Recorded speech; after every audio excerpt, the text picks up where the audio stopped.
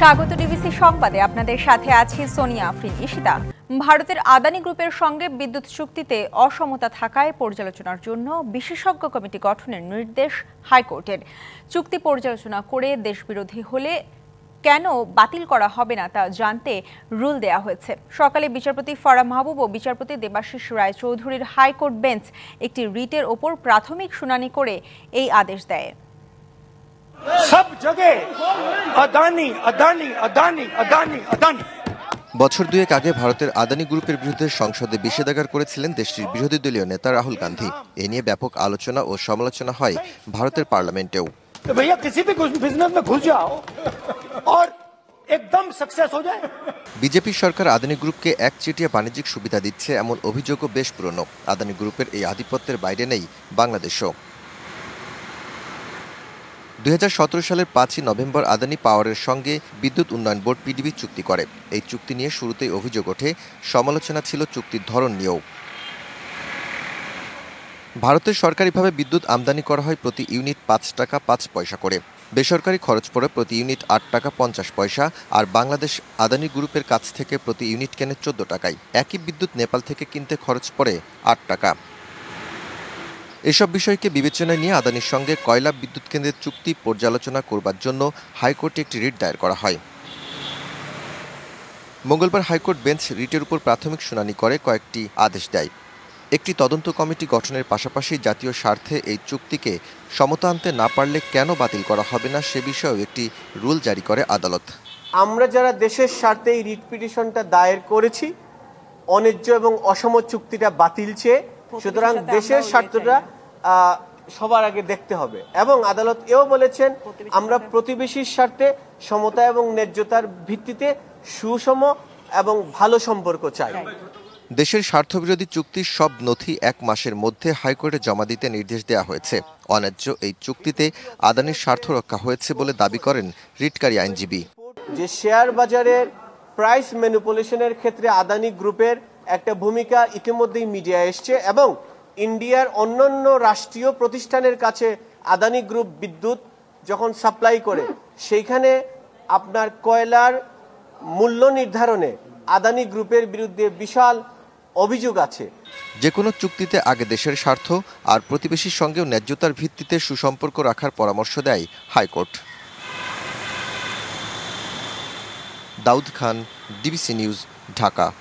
বেশি কাটাছেঁড়া না করে দ্রুত নির্বাচন দেওয়ার দাবি করেছেন বিএনপি মহাসচিব মির্জা ফখরুল ইসলাম আলমগীর। তিনি বলেন, ক্ষমতায় যাওয়ার জন্য নয়, দেশের স্থিতিশীলতা ও জনগণের ভালোর জন্য নির্বাচন চায় বিএনপি।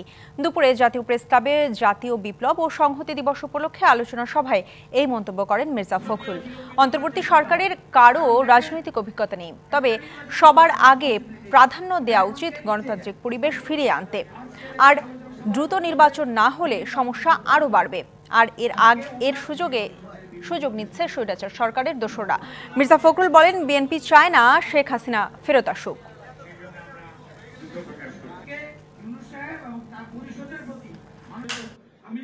আপনার তাড়াতাড়ি দ্রুত একটা নির্বাচন দেন, যাদের কাজ তারা করুক, রাজনীতি ভিত্তিক এই কাজ করুক। আমরা তো সংস্কার দিয়ে দিয়েছি প্রস্তাব, ওইখানে দেখেন কোনটা কোনটা আপনারা নেবেন, কোনটা কোনটা নেবেন না, কিন্তু আসল জিনিসটাতে আসেন।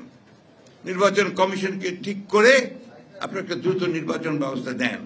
আমরা এই কথা তো বলে নিই, এত তারিখের মধ্যে দেন, এত তারিখের মধ্যে দেন। আমরা ঠিক রোড ম্যাপ দেন, কবে কি করবেন আপনারা জানান, তো এটা আমরা জানাতে পারবো না। তো সেটা জানালেও তো মানুষের মধ্যে একটা আস্থা আসবে, যেটা এত তারিখের মধ্যে একটা হবে। আগামী জাতীয় নির্বাচনে আওয়ামী লীগের অংশগ্রহণ নিয়ে কোনো আপত্তি নেই বলে জানিয়েছেন অন্তর্বর্তী সরকারের প্রধান উপদেষ্টা ডক্টর মোহাম্মদ ইউনূস। ভারতের সংবাদ মাধ্যম দ্য হিন্দুকে দেওয়া সাক্ষাৎকারে এমনটি জানিয়েছেন তিনি। সাক্ষাৎকারটি অনলাইন সংস্করণে সোমবার প্রকাশ করেছে সংবাদ মাধ্যমটি। এছাড়াও বাংলাদেশ ভারতের কাছে সাবেক প্রধানমন্ত্রী শেখ হাসিনাকে ফেরত চাইবে বলেও দ্য হিন্দুকে নিশ্চিত করেছেন ডক্টর ইউনূস।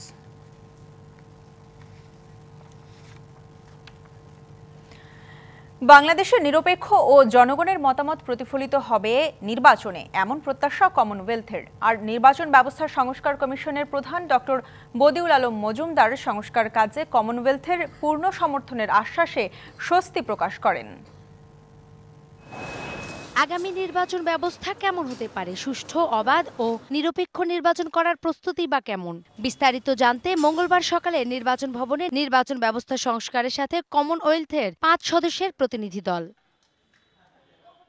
প্রায় 1 ঘন্টার বৈঠক হয়। বৈঠক শেষে বিস্তারিত জানান সংস্থার সহকারী মহাসচিব ও নির্বাচন ব্যবস্থা সংস্কার কমিশনের প্রধান। তারা বলেন, নির্বাচন যেন জনগণের নিজেদের মতামত প্রকাশ করার সুযোগ পায় তা নিয়ে আলোচনা হয়। The Commonwealth came here to observe elections. বাংলাদেশের সবশেষ নির্বাচন ব্যবস্থার পরিপ্রেক্ষিতে আমরা মনে করি আগামী নির্বাচনে বাংলাদেশে নির্বাচন কমিশন ব্যবস্থা সংস্কার নিয়ে যারা কাজ করছে তারা খুব ভালো করছে। আমরা আগামী নির্বাচনে কমনওয়েলথের পক্ষ থেকে সহায়তা করব। আশা করি ভালো নির্বাচন হবে। Bangladesh will be a success story for the Commonwealth and for the whole world. ওনারা চাচ্ছেন যে আমাদের দেশে একটা সুষ্ঠু নিরপেক্ষ নির্বাচন হোক এবং এই নির্বাচন সুষ্ঠু নিরপেক্ষ নির্বাচন নিশ্চিত করার ব্যাপারে ওনারা সহায়তা করতে চান। সেই আগ্রহেই এবং সেই উদ্দেশ্য নিয়ে ওনারা এখানে এসেছেন। অন্তর্বর্তী সরকার গত 3রা অক্টোবর নির্বাচন ব্যবস্থা সংস্কার কমিশন গঠন করে। এর আগে এবছরের জানুয়ারি মাসে দ্বাদশ জাতীয় সংসদ নির্বাচনের সার্বিক প্রস্তুতি ও ভোটের চ্যালেঞ্জ নিয়েও কথা বলেছিলেন কমনওয়েলথের নির্বাচনী পর্যবেক্ষক দল। নূপুর মাহমুদ, ডিবিসি নিউজ, ঢাকা। বিশ্ববিদ্যালয় ঘোষণার দাবিতে তিতুমির কলেজে চলছে ক্লাস বর্জন কর্মসূচি। শিক্ষার্থীরা এই কর্মসূচির নাম দিয়েছেন ক্লোজ ডাউন। আজ তারা ক্যাম্পাসের মধ্যে শান্তিপূর্ণ অবস্থান করছেন। কোনো ধরনের রাস্তা অবরোধ বা গণপরিবহন চলাচলে বাধা দেবেন না শিক্ষার্থীরা। কলেজের আশেপাশে কঠোর নিরাপত্তার ব্যবস্থা নেওয়া হয়েছে, মোতায়েন করা হয়েছে পুলিশ। এছাড়া ক্যাম্পাসের সামনে কোনো রকম বিশৃঙ্খলা ছাড়াই যানবাহন চলাচল স্বাভাবিক রয়েছে। অন্তর্বর্তী সরকারের সাথে আজ তিতুমিরের শিক্ষার্থীদের বসার কথা রয়েছে। এ বিষয়ে আশাবাদী শিক্ষার্থীরা। মাননীয় প্রধান উপদেষ্টা আজকে যেহেতু বসার কথা বলছে, তার সম্মানার্থে আমরা আজকে আমরা আর বাইরে কোনো আন্দোলন কর্মসূচি করব না। আজকে ডিসিশন যদি আমাদের কোনো রকম পজিটিভ না হয়, সেক্ষেত্রে আমাদের তিতুমির ঐক্য আছে, সেটা পরবর্তীতে সংবাদ সম্মেলনের মাধ্যমে এবং তিতুমির ঐক্যের পর্যায়ের মাধ্যমে আমাদের কর্মসূচি ঘোষণা করা হবে। আন্দোলনের নামে রাস্তা বন্ধ করাটা অযৌক্তিক। রাতারাতি একটি কলেজকে বিশ্ববিদ্যালয় দাবি করে নারী, শিশু ও সাধারণ মানুষের উপর হামলা করাও অমানবিক বলে মন্তব্য করেছেন আইন উপদেষ্টা ডক্টর আসিফ নজরুল। সকালে সচিবালয়ে এসব কথা বলেন তিনি। রাস্তা ব্লক করে দেওয়া, সাধারণ মানুষকে ভোগান্তির মধ্যে ফেলা, আন্দোলনকারীরা যদি এই ধরনের জিনিস অব্যাহত রাখে, আমি মনে করি সাধারণ মানুষের পক্ষ থেকে তাদের বিরুদ্ধে প্রতিরোধ গড়ে তোলা উচিত। আর আপনি ওভারনাইট বলবেন একটা কলেজকে বিশ্ববিদ্যালয় বানায় দিবে, তা এইচএসসি পরীক্ষা দিব না, আমার রেজাল্ট বদলায় দিতে হবে। এখন আপনারা খালি চিন্তা করেন যে এখন আবার একটু কঠোর পদক্ষেপ নিলেও আবার সবাই সমালোচনা করা শুরু করে। মাওলানা সাদকে বিশ্ব ইজতেমায় আসার অনুমতি চেয়ে প্রধান উপদেষ্টার কাছে স্মারকলিপি দিয়েছেন সাদপন্থীরা। এর আগে 1.5 ঘন্টা কাকরাইলের সড়ক অবরোধ করে রাখেন তারা। প্রধান উপদেষ্টার পক্ষ থেকে স্মারকলিপি গ্রহণ করেন তার প্রেস সচিব শফিকুল আলম। এ সময় আশ্বাস পেয়ে সড়ক ছেড়ে দেন সাদপন্থীরা। এর আগে সকাল 9টায় প্রধান উপদেষ্টার বাসভবন যমুনার উদ্দেশ্যে যাত্রা শুরু করেন তাবলিগ জামাতের সাদপন্থীরা। তবে পুলিশের বাধার মুখে প্রধান বিচারপতির বাসভবনের বিপরীত পাশে অবস্থান নেন তারা। পরে তাদের একটি প্রতিনিধি দলের সাথে কথা বলেন প্রধান উপদেষ্টার প্রেস সচিব। একটাই দাবি, মাওলানা সাদ সাহেবকে যেন আগামী 5 দিনের জোরে এবং ইজতেমাতে আমরা আনতে পারি। এই দাবিটা পূরণ করার জন্য যা করার দরকার ওনারা চেষ্টা করবেন বলে কথা দিয়েছেন। আর আমরা সাগ্রহে অপেক্ষা করছি যে জনাব ইউনূস কখন আমাদের সাথে বসেন, কুইকেস্ট টাইমে আমাদের সাথে বসবেন এবং আমাদের সমস্যার সমাধান করবেন। আমাদের একটা মাত্র দাবি, সারা বিশ্বের আমির মাওলানা সাদ সাহেব বাংলাদেশের ইজতেমায় আসবেন। চট্টগ্রামে আইন শৃঙ্খলা পরিস্থিতি সন্তোষজনক নয়, তবে প্রশাসন কাজ করছে বলে জানিয়েছেন স্বরাষ্ট্র উপদেষ্টা অবসরপ্রাপ্ত লেফটেন্যান্ট জেনারেল জাহাঙ্গীর আলম চৌধুরী। দুপুরে চট্টগ্রামে আইন শৃঙ্খলা বাহিনীর সাথে বৈঠকের পর সাংবাদিকদের সাথে মত বিনিময়ে তিনি কথা বলেন। তার অভিযোগ, পাশের দেশের গণমাধ্যম বাংলাদেশ নিয়ে অপপ্রচার চালাচ্ছে, উস্কানি দিচ্ছে। বিদেশ থেকে পণ্য আনা নিয়ে যারা গুজব ছড়ায় তারা দেশের শত্রু বলেও মন্তব্য করেন তিনি। স্বরাষ্ট্র উপদেষ্টা জানান, রাজনৈতিকভাবে হেয় প্রতিপন্ন করতে যাদের নামে মামলা দেওয়া হয়েছে তারা বেশিরভাগ ভুয়া মামলা, তাদের গ্রেপ্তার করা হচ্ছে না বলেও জানান তিনি। তাদের যে কি সমস্যা ওইগুলি নিয়ে যেটা ঘটে নাই ওটা বলবেন, এতে কিন্তু পার্শ্ববর্তী দেশ সুবিধা পেয়ে যায়। দেখেন যে পার্শ্ববর্তী দেশ, আমাদের মিডিয়ার যে একটা সুনাম আছে, পার্শ্ববর্তী দেশের মিডিয়ার অত সুনাম নাই। ভুয়া মামলা এখানে সবচেয়ে বেশি। আগে ভুয়া মামলা করতো আমার পুলিশ, যেখানে 10টা নাম দিত, 50টা বেনামি দিত। কিন্তু এখন হচ্ছে কি, জনগণ দিচ্ছে 10টা নাম, 50টা বেনামি। বৈষম্য বিরোধী ছাত্র জনতার আন্দোলনে রাজধানীর নিউ মার্কেট এলাকায় ব্যবসায়ী আব্দুল ওয়াদুদ হত্যা মামলায় সাবেক খাদ্যমন্ত্রী অ্যাডভোকেট কামরুল ইসলামের 8 দিনের রিমান্ড মঞ্জুর করেছে আদালত। মঙ্গলবার সকালে কড়া নিরাপত্তায় আওয়ামী লীগের সভাপতিমণ্ডলীর এই সদস্যকে ঢাকার সিএমএম আদালতে হাজির করে পুলিশ। পরে মামলার সুষ্ঠু তদন্তের স্বার্থে তার 10 দিনের রিমান্ড আবেদন করা হয়। উভয় পক্ষের শুনানি শেষে ঢাকার মেট্রোপলিটন ম্যাজিস্ট্রেট জিয়াদুর রহমানের আদালত তার 8 দিনের রিমান্ড মঞ্জুর করেন। এর আগে সোমবার রাজধানীর উত্তরা থেকে কামরুল ইসলামকে গ্রেপ্তার করে ঢাকা মহানগর গোয়েন্দা পুলিশ। উনি বিচারককে বলেছেন যে এই দিন নয়, আরও দিন আছে, এই বলে হুমকি দিয়েছে। ওনাদের আচরণ আজকেও কোর্টে প্রমাণ করেছে যে আওয়ামী লীগ একটা স্বৈরাচারী শাসক হিসেবে ছিল, স্বৈর আচরণ তাদের মধ্যে প্রকাশ পায়। আমরা জামিন চেয়েছি এই কারণেই যে অ্যাডভোকেট কামরুল ইসলাম এই ঘটনার সাথে সম্পৃক্ত না। এই ঘটনার সময় উনি উপস্থিত ছিলেন না এবং ইন্ধনও দিয়েছিলেন না, নির্দেশও দিয়েছিলেন না। শুধু রাজনৈতিক কারণে আমাকে এই মামলায় সম্পৃক্ত করা হয়েছে। আইনজীবী হিসাবে মনে করেছি যে আইনের শাসন প্রতিষ্ঠিত হয় নাই এবং সেই অর্ডারের এগেইনস্টে আমরা উচ্চ আদালতে যাব। ডিবিসি সংবাদে নিচ্ছে একটি বিরতির সঙ্গেই থাকুন। স্বাগত আরেকবার ডিবিসি সংবাদে।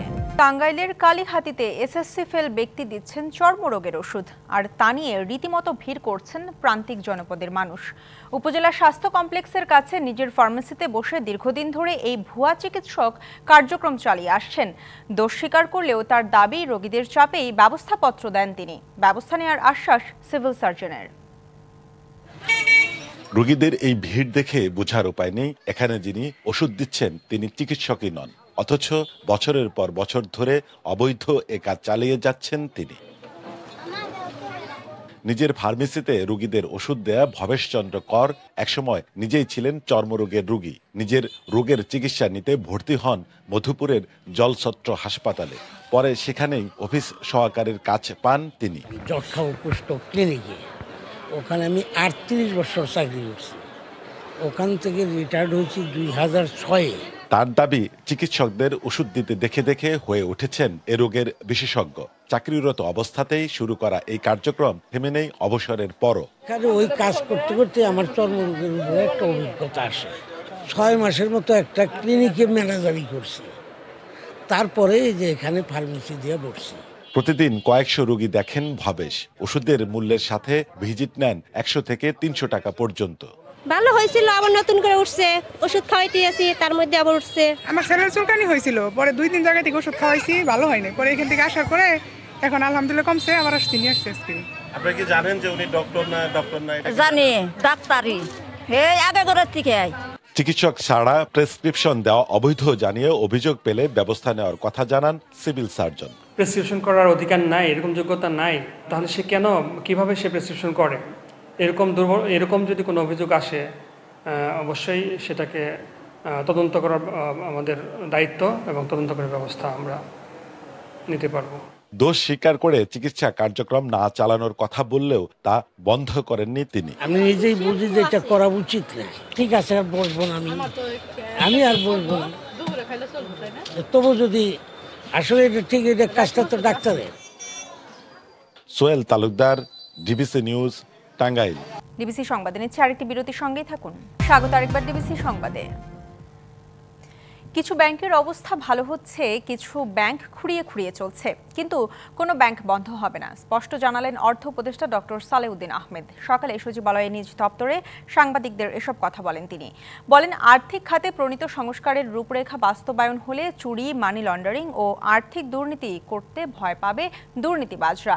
এরই মধ্যে এ খাতে কিছু স্বল্পমেয়াদী সংস্কার করা হয়েছে, তবে মধ্য ও দীর্ঘমেয়াদী সংস্কারের রূপরেখা প্রণয়ন করতে সময় লাগবে। আর্থিক খাতের দুর্নীতিতে ভয়াবহ অবস্থা ছিল, তবে 100 দিনে নানা উদ্যোগ গ্রহণ করায় ঘুরে দাঁড়াচ্ছে সবকিছু। বাজেটের ব্যয় কমানোর উদ্যোগ নেওয়া হয়েছে, তবে সরকারি কর্মকর্তা যারা আছেন তাদের বেতন ভাতা আটকাবে না বলে জানান ডক্টর সালেউদ্দিন আহমেদ। বাংলাদেশে আর্থিক খাত, এসব ব্যাংকিং খাতের সবচেয়ে বড় সমস্যা হলো আমাদের প্রুডেন্সিয়াল নর্মস আর ব্যাংকের নর্ম পরিপালন করে না। ইমিডিয়েট আমাদের হলো ব্যাংকগুলোকে স্যালভেজ করা, যেগুলো চলছে ভালো করে, ইনক্লুডিং আমার ন্যাশনালাইজ ব্যাংকগুলো। গাজীপুরে বেক্সিমকো ইন্ডাস্ট্রিয়াল পার্কের শ্রমিকেরা বকেয়া বেতনের দাবিতে চক্রবর্তী এলাকায় চন্দ্রানবীনগর সড়ক অবরোধ করে চতুর্থ দিনের মতো বিক্ষোভ করছে। পুলিশ জানান, বেক্সিমকো ইন্ডাস্ট্রিয়াল পার্কে পোশাক ও সিরামিক কারখানায় শ্রমিকেরা গেল সপ্তাহ খানেক ধরেই সড়ক অবরোধ করে অক্টোবর মাসের বকেয়া বেতন পরিশোধের দাবি জানাচ্ছে। গতকাল সকাল থেকে রাত 11টা পর্যন্ত 13 ঘন্টা চন্দ্রানবীনগর সড়ক অবরোধ করে রাখা হয়। রাতে অবরোধ তুলে নিলেও আজ সকাল 10টা থেকে ওই সড়ক অবরোধ করে 1 মাসের বকেয়া বেতন পরিশোধের দাবি জানাচ্ছেন শ্রমিকরা। এদিকে জিরানি এলাকায় ডরিন গ্রুপের 3টি কারখানা শ্রমিকরা চন্দ্রানবীনগর সড়ক অবরোধ করে বিক্ষোভ করছেন। শ্রমিকদের দাবি, বকেয়া বেতন পরিশোধের আশ্বাস না পেলে এবং কারখানা খুলে দেওয়ার দাবি আদায় না হলে তারা মহাসড়ক ছেড়ে যাবে না। বিশ্ব টয়লেট দিবস উপলক্ষে স্যানিটেশন ও স্বাস্থ্যবিধির গুরুত্ব নিয়ে সচেতনতা বাড়াতে বিশেষ অনুষ্ঠানের আয়োজন করেছে টয়লেট ক্লিনার ব্র্যান্ড হারপিক। এই আয়োজনে দেশে উন্নত টয়লেট সুবিধার প্রচার ও স্যানিটেশন পরিস্থিতির উন্নতির প্রয়োজনীয়তার ওপর গুরুত্ব দেওয়া হয়। অনুষ্ঠানে অংশ নেন হারপিক ব্র্যান্ডের অ্যাম্বাসেডর নুসরাত ইমরোজ তিশা, ইউনিসেফের ওয়াশ বিশেষজ্ঞ মোহাম্মদ মনিরুল আলম এবং জনপ্রিয় ব্যক্তিত্ব সহ বিভিন্ন বিশেষজ্ঞরা। আলোচনায় অংশগ্রহণকারীরা নিরাপদ স্যানিটেশন এবং টয়লেট স্বাস্থ্যবিধি নিয়ে আলোচনা করার পাশাপাশি বাংলাদেশের স্যানিটেশন সমস্যার মোকাবেলায় বিভিন্ন চ্যালেঞ্জ নিয়ে কথা বলেন।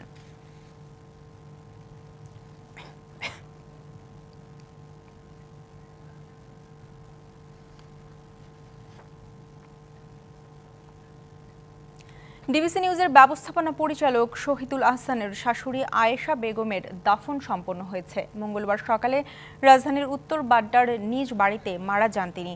আয়েশা বেগমের 3 ছেলে ও 4 মেয়ে। পরিবার পরিজন নিয়ে উত্তর বাড্ডায় তিনি বাস করতেন। মৃত্যুর সময় তার বয়স হয়েছিল 90 বছর। উত্তর বাড্ডার খানবাগ মসজিদে আয়েশা বেগমের নামাজে জানাজা অনুষ্ঠিত হয়। পরে তাকে রাজধানীর আজিমপুর কবরস্থানে সমাহিত করা হয়।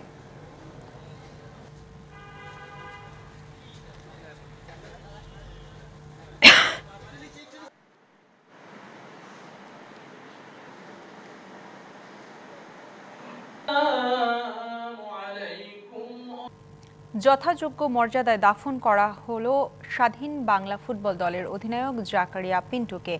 মোহামেডান ক্লাব চত্বর ও বাফুফে প্রাঙ্গণে অনুষ্ঠিত হয়েছে স্বাধীন বাংলা ফুটবল দলের প্রধান অধিনায়ক জাকারিয়া পিন্টুর জানাজা।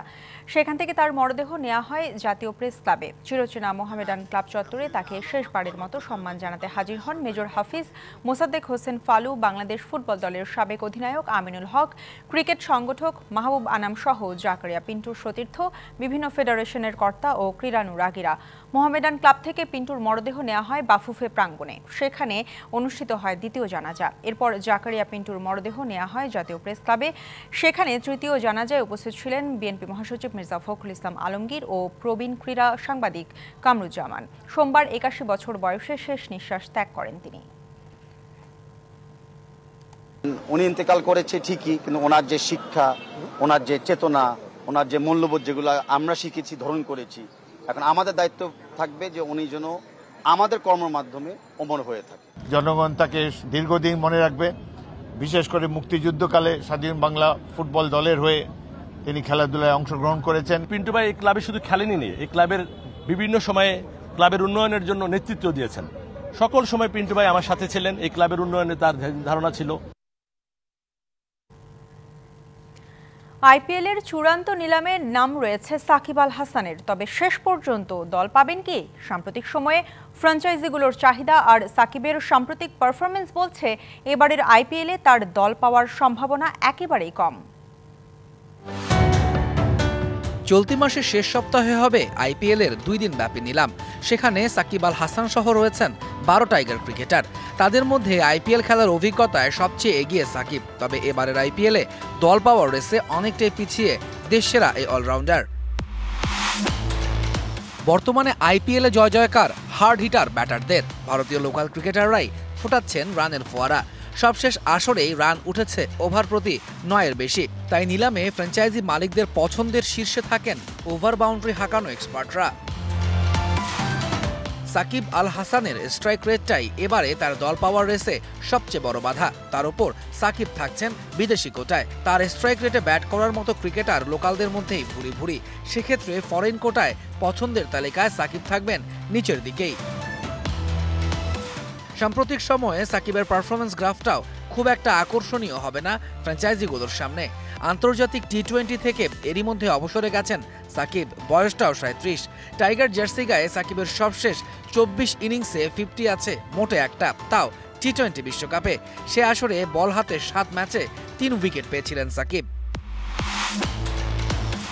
আইপিএলে সাকিব সবশেষ মাঠে নেমেছিলেন 2021 সালে। সেখানে দেখা যায়নি পুরনো সাকিবকে। ব্যাট হাতে সুযোগ পেয়েছেন কম, তবে কাজে লাগাতে পারেননি সেটাও। বল হাতে 8 ম্যাচে পেয়েছিলেন মোটে 4 উইকেট। এই টুর্নামেন্টে সাকিবের সেরা সময় ছিল 10 বছর আগে। 2014 সালে 13 ম্যাচে 11 ইনিংস ব্যাট করে তুলেছিলেন 227 রান, উইকেট ছিল 11টা। তবে বর্তমান পরিস্থিতি একেবারেই আলাদা, আর সেটা বুঝেই নিজের ভিত্তিমূল্য কমিয়ে 1 কোটিতে নামিয়ে এনেছেন সাকিব। তবে এরপরও তার দল না পাবার সম্ভাবনাটাই বেশি। তৌহিদুল ইসলাম, ডিবিসি নিউজ ডেস্ক। সংবাদে এই ছিল এখনকার মতো। ডিবিসি নিউজের সংবাদগুলো পড়তে ভিজিট করুন dbcnews.tv আর ভিজিট করুন ডিবিসি নিউজের ফেসবুক পেজ এবং ইউটিউব চ্যানেল। ডিবিসির সঙ্গে থাকুন।